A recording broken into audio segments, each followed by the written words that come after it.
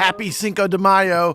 While not necessarily a major national holiday here in America, today in 1862, Mexico defeated the French in the Battle of Puebla. So what does this have to do with my message for today?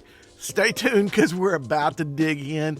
I'm Drew Davis, and it's 16 days till my 50th birthday, and I am still on that mission to see more people stepping into their great big dream that God has placed on their hearts.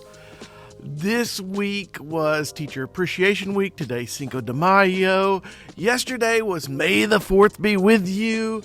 So maybe you woke up today and you're burned out, tired, even depressed.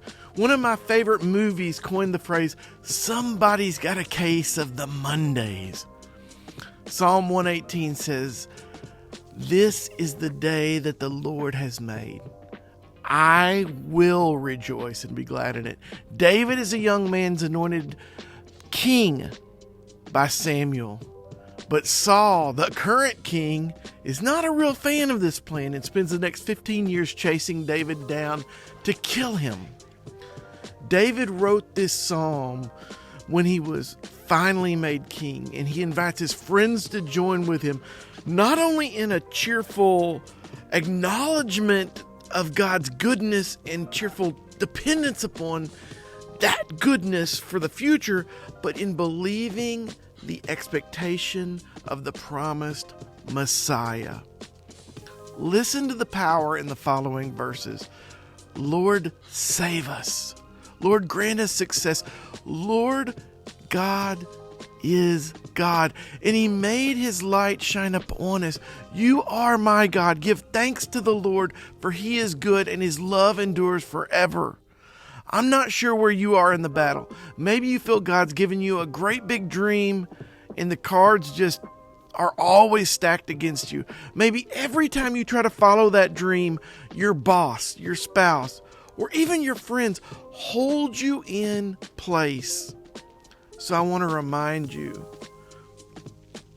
today is the day that the Lord has made. Tomorrow is the day the Lord has made. And every day after that as well.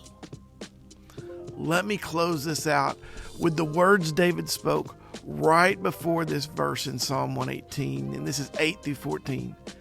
It is better to take refuge in the Lord than to trust in humans. It is better to take refuge in the Lord than to trust in princes. All the nations surrounded me, but in the name of the Lord I cut them down. They surrounded me on every side, but in the name of the Lord I cut them down. They swarmed around me like bees, but they were consumed as quickly as burning thorns. In the name of the Lord, I cut them down. I was pushed back and about to fall, but the Lord helped me. The Lord is my strength and my defense. He has become my salvation.